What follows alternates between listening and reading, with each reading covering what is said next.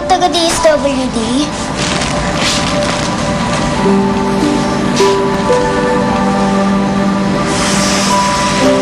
Yun ang mangyayari kapag hindi nila nahanap si nanay.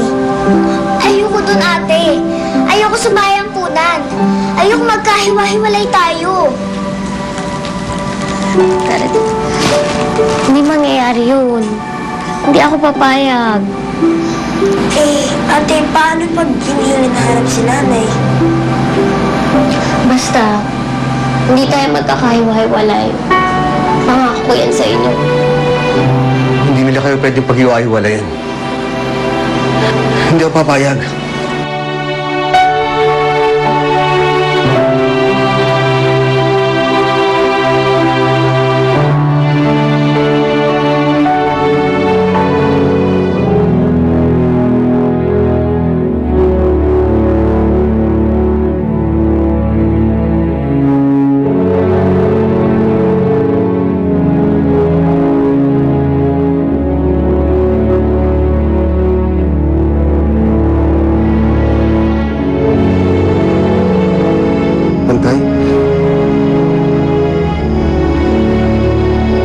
Nakikita mo ba ako? Hindi ko alam kung bakit nandito ako eh. Baka dahil kailangan pa ako ng mga anak ko? Kailangan nila ng nag-aalaga? Kailangan nila ng nanay nila? At kailangan ako pa mamatay? Maging mabuting tao naman ako ah. Tay, kailangan pa ako ng mga anak ko. Hindi ba nila kaya mabuhay mag-isa? Mga bata pa sila. Kailangan nila ako.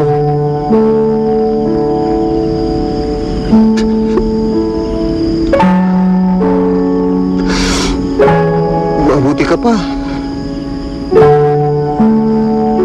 Pwede mo sila yakapin, makasama. Pero ako, nandito ako. Pero di ko naman sila pwedeng matulungan.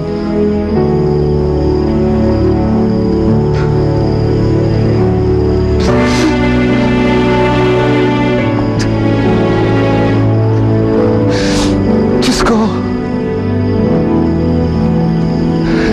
Nakikiusap ako sa inyo.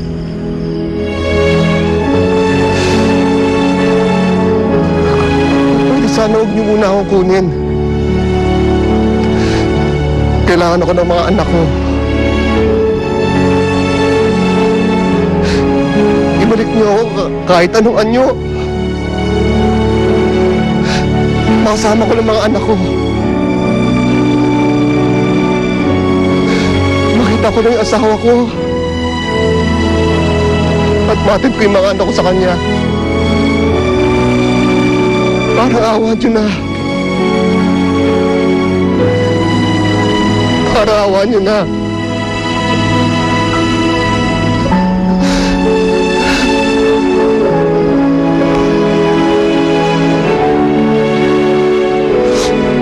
Parang awa nyo na.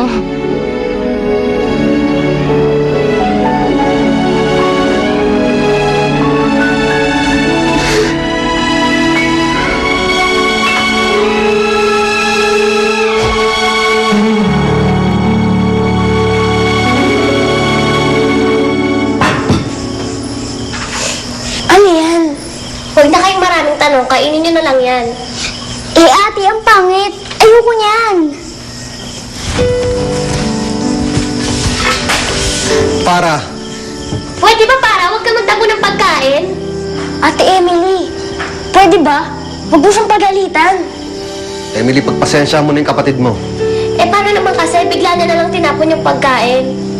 Hindi ko na nga alam kung paano pagkakasyahin yung perang nasa akin, tapos ganyan pa gagawin mo? Eh, ate, hindi masarap eh. Hindi talaga! Hindi naman kasi ako marunong magluto eh. Pero sinusubukan ko para sa inyo. Hindi na ba nakikita nahihirapan ako? Emily, nandito lang ako. Kung may magagawa lang ako.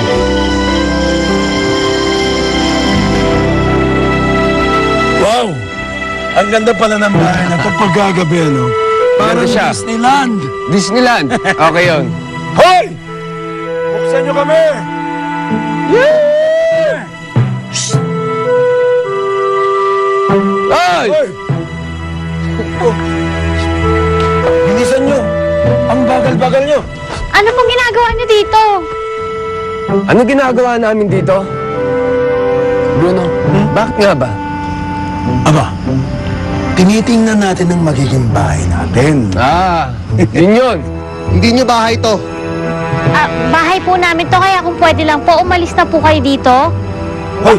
Bakit kami aalis? Kayo ang umalis. Hindi po kami pwedeng umalis dito, bahay po namin to. Huwag kang makulit. Kayo ang aalis. Bakit? Dalaman ka? Ha? Huwag mong sasaktan ang ate ko. Ikaw? Wag! Ha? Mga bata yan! Oh, isa ka pa. Ha?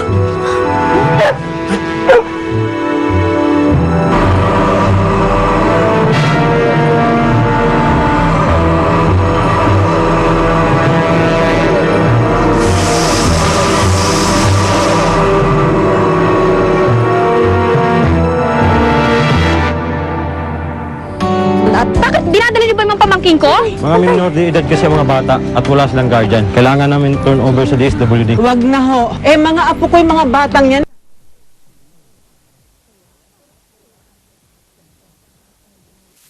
Choice eh, kung hindi tayo papayag, mapupunta tayo sa DSWD at magkakahiwa-hiwalay tayo. Simula ngayon, ako na ang masusunod sa pamamahay na to. Kaya sinabi ko.